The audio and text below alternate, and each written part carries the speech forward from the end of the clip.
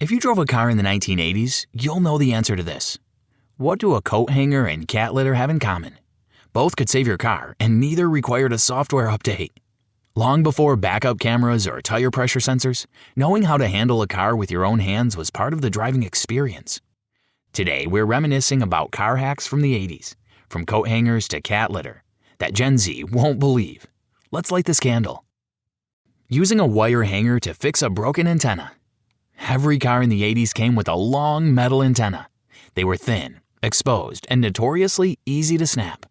Losing an antenna didn't just hurt the look of the car, it killed your radio signal. And since driving without your favorite station meant suffering in silence or flipping through static, fixing it quickly was a top priority. But instead of going to the dealership like kids these days do with every minor problem, most drivers used a metal clothes hanger. The hanger was clipped, straightened, and jammed into the base where the antenna used to be. It didn't look great, but it worked surprisingly well. Some drivers even bent them just right to mimic the shape of the original antenna. It was a temporary fix that lasted months, sometimes years. The removable stereo faceplate. Car stereos in the 80s weren't just audio equipment, they were status symbols. Aftermarket decks with graphic equalizers, digital displays, and cassette tape auto reverse were all the rage. Unfortunately, they were also easy targets. Thieves could pop a window and have a stereo out in seconds, especially if it was a popular brand like Pioneer or Kenwood. To fight back, stereo manufacturers started offering detachable faceplates. Drivers would pull off the front of the stereo every time they parked, leaving behind a dark, lifeless rectangle that discouraged smash and grabs. Some faceplates came with little plastic cases, but most of the time they ended up in jacket pockets, glove compartments, or even briefcases. It was a small inconvenience that offered a peace of mind, and it quickly became part of the daily routine for anyone who cared about their sound system. Fixing a loose cassette with a Bic pen. Cassette tapes weren't just for music in the 1980s. They were a rite of passage. Everyone had a collection, whether it was classic rock, mixtapes made off the radio, or bootlegs of concerts passed around between friends. But cassettes came with their own set of problems. One of the most common is that the tape itself would come loose, unspool, or start to warp inside the case. If it got caught in the player, it could stretch or snap completely. The fix was as common as the problem. A standard Bic pen fits perfectly into the reels of most cassette tapes. With a little twisting, you could rewind the loose tape, tighten the slack, and get everything lined up again. Some people could do it one-handed without even looking. Others rewound entire albums manually when their car's auto reverse broke. It was a level of cool that kids these days will never understand. Clearing foggy headlights with toothpaste. Plastic headlight covers weren't built to last in the 1980s. After a few years in the sun, they would cloud over with a dull yellowish haze that made night driving frustrating and even dangerous. Replacements were expensive, and professional restoration services didn't exist at the consumer level like they do today. The solution came from the bathroom cabinet.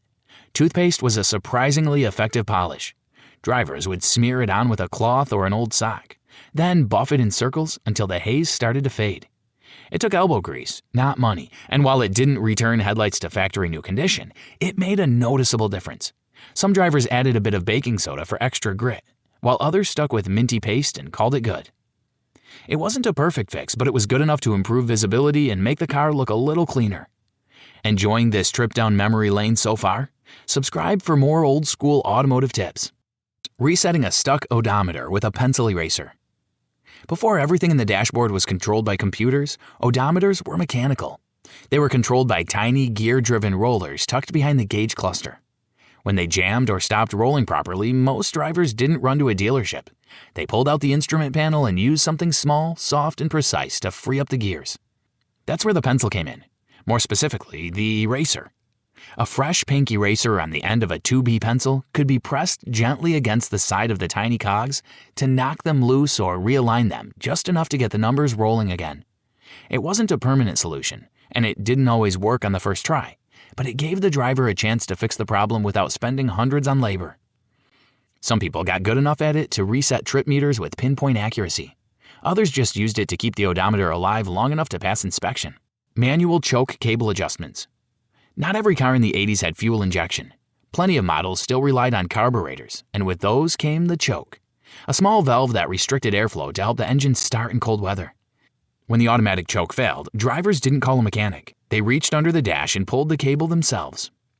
Some cars came with a manual choke right from the factory. Others were modified by their owners with aftermarket kits, complete with a small knob labeled choke near the steering column or on the dash. On cold mornings, you could pull it out to richen the fuel mixture and push it back in once the engine warmed up. It was a delicate process. Too much choke and the engine would flood. Too little and it wouldn't start at all. But once you got the feel for it, you could coax a stubborn motor to life, even in freezing weather. It was another skill that disappeared with time, along with carburetor tuning and distributor timing. Number 4. Keeping windows from fogging with a sock full of cat litter. Defrost systems in older cars weren't always reliable.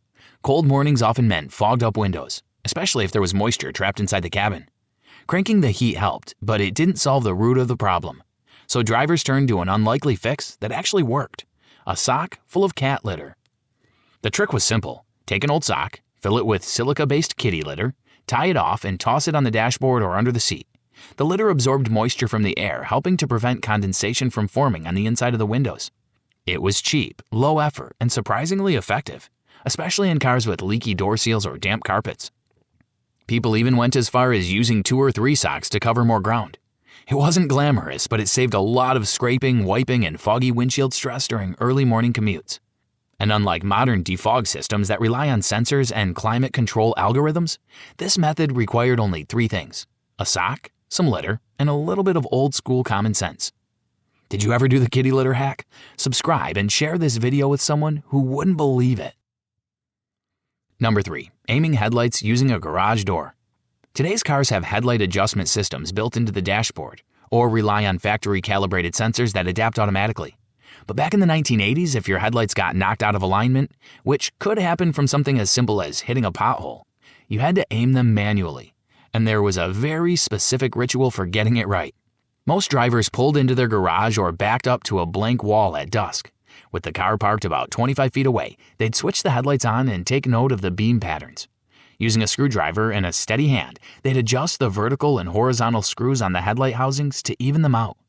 The idea was to make sure both beams were the same height and not blinding oncoming traffic, while still lighting up enough of the road. Sometimes people marked the garage door with chalk or tape for extra precision. It wasn't high-tech, but it worked. And if the job was done right, night driving felt safer and looked a whole lot better. Gen Z will never have to aim headlights themselves, but for 80s drivers, it was just part of owning a car. Number 2. Keeping a spare fuse box in the glove box compartment. Electrical problems were part of the game in older cars. Blown fuses could knock out taillights, blinkers, radios, or even cigarette lighters you used to charge that giant car phone.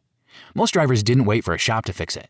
They kept a stash of spare fuses right in the glove box, or sometimes taped under the dashboard for easy access.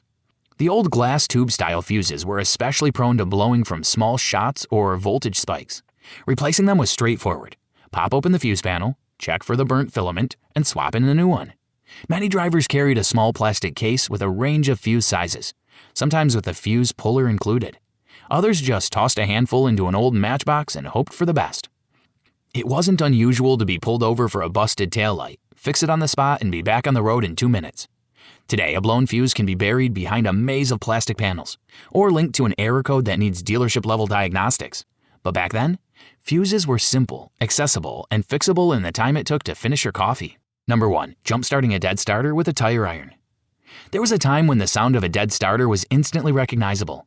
That single click when you turn the key, followed by silence. No cranking, no sputtering, just the unmistakable sign that something electrical had given up. And while today's drivers might assume it's time for a tow truck, any seasoned 80s driver knew there was one last move worth trying: crawling under the car and giving the starter a solid smack with a tire iron. The idea was simple. When the internal contacts inside the starter solenoid stuck or wore down, a firm tap could jar them back into position, just enough to get one more crank out of it. Some used a hammer, others kept a metal pipe or breaker bar in the trunk just for this reason. But a tire iron was already on hand for flat tires, so it became the go-to tool. It usually involved sliding under the car in whatever clothes you were wearing, locating the cylindrical starter near the transmission, and giving it a few strategic whacks before hopping back in and turning the key again. If the engine roared to life, you were good for at least the next stop. It didn't fix the problem, but it bought time. And back then, that time was everything. It meant getting to work, picking up the kids, or making it home without a tow. For Gen Z, it sounds like something out of a survivor manual. But for anyone who drove in the 80s, it was just part of the toolkit. The 80s was a cool decade and the cars were just something else. But which of these secrets do you remember?